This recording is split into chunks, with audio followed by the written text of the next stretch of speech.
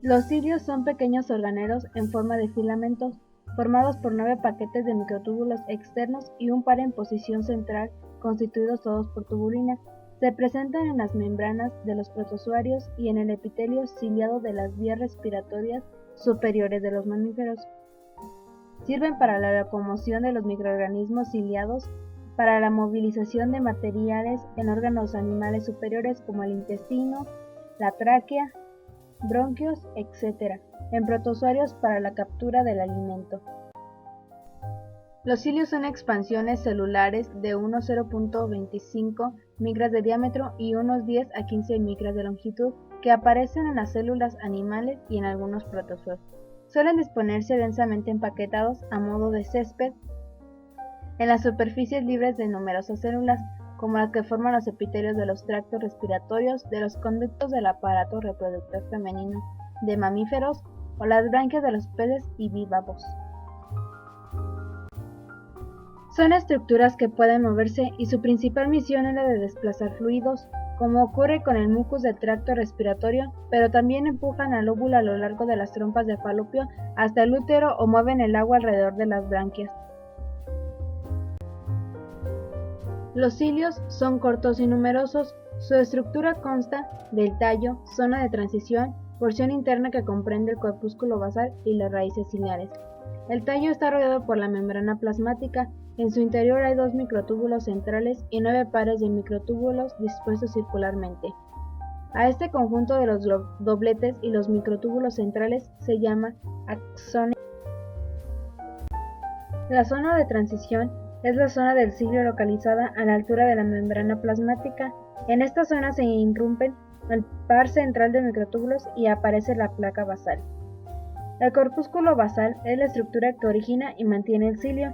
Su estructura es igual a la del centriolo 9-0.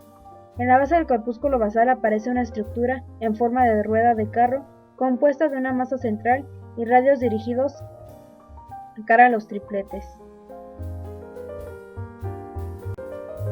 Se han observado numerosos cilios, denominados cilios primarios, que no funcionan como estructuras móviles. Prácticamente todos los tejidos animales estudiados, excepto las células sanguíneas, poseen cilios primarios, oviductos, neuronas, cartílago, células mesenquimáticas, ventrículos cerebrales, células epiteliales de los conductos urinarios, conductos pancreáticos, células hepáticas e incluso células en cultivo.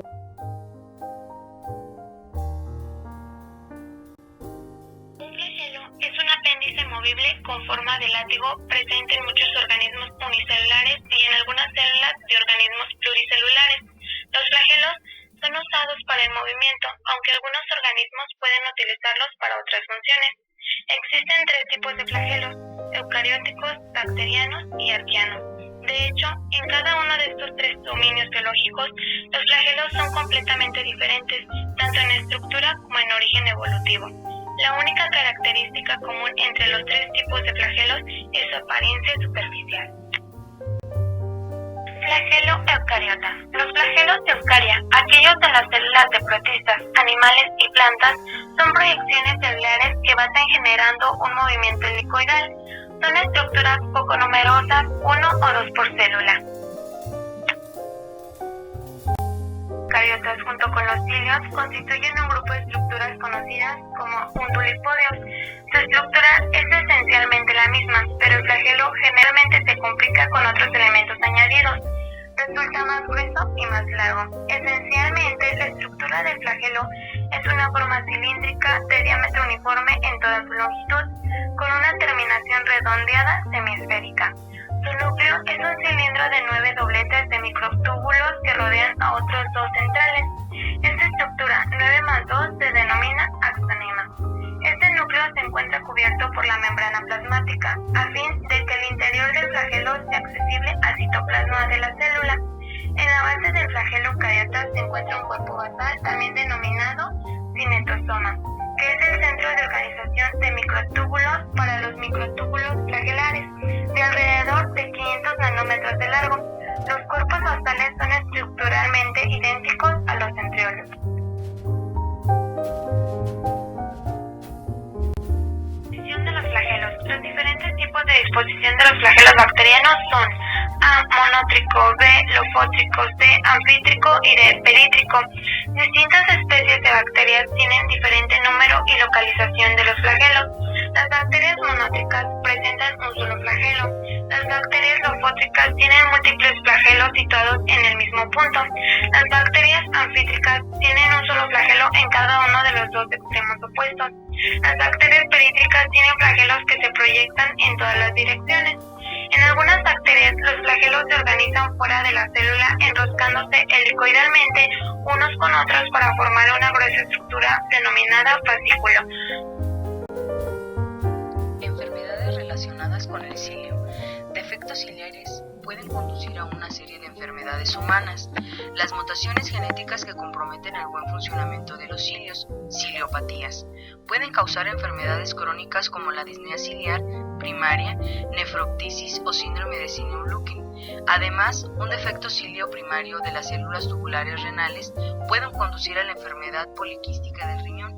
En otro trastorno genético llamado síndrome de Bardet-Biedl, los productos de genes mutantes son los componentes del cuerpo basal y los cilios. La falta de cilios funcionales en las trompas de falopio femeninas pueden causar un embarazo ectópico. Un óvulo fertilizado no puede llegar al útero si los cilios no pueden moverse allí.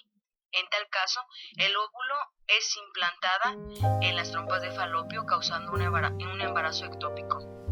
Dado que el flagelo del espermatozoide humano es en realidad un cilio modificado, disfunción ciliar también puede ser el responsable de la infertilidad masculina. Es interesante señalar que existe una asociación de disnea ciliar primaria con anormalidades anatómicas de izquierda a derecha, como citoinversus o de otros defectos eretotaxis. Estas anormalidades anatómicas izquierda-derecha también pueden resultar en la enfermedad cardíaca congénita. De hecho, se ha demostrado que con la función ciliar adecuada es responsable de la asimetría normal de izquierda-derecha en los mamíferos. Citopatías como un origen para muchas enfermedades genéticas múltiples y los síntomas. Hallazgos recientes de la investigación genética ha sugerido un gran número de trastornos genéticos, tanto síndromes genéticos y enfermedades genéticas, que no están relacionados en la literatura médica.